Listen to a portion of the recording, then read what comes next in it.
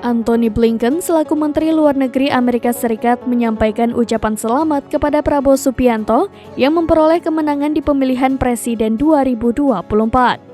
Ia pun memuji partisipasi aktif masyarakat Indonesia yang turun menyukseskan pesta demokrasi tersebut. Hal itu disampaikan Blinken dalam pernyataan resmi pada Rabu 20 Maret 2024. Amerika Serikat dan Indonesia merayakan 75 tahun hubungan diplomatik yang dilandaskan pada demokrasi dan pluralisme. Sebagai mitra dan kawan dekat dalam kemitraan strategis komprehensif, baik Indonesia dan Amerika Serikat terus bekerja sama untuk mewujudkan masa depan yang lebih baik untuk seluruh masyarakat.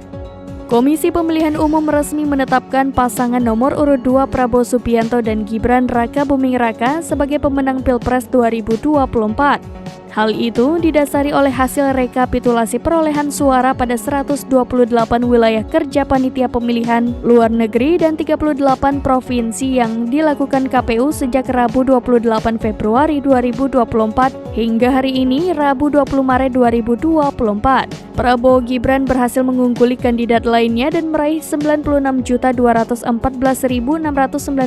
suara dan nyaris unggul di semua provinsi. Pasangan nomor urut 02 ini berhasil menang di 36 provinsi.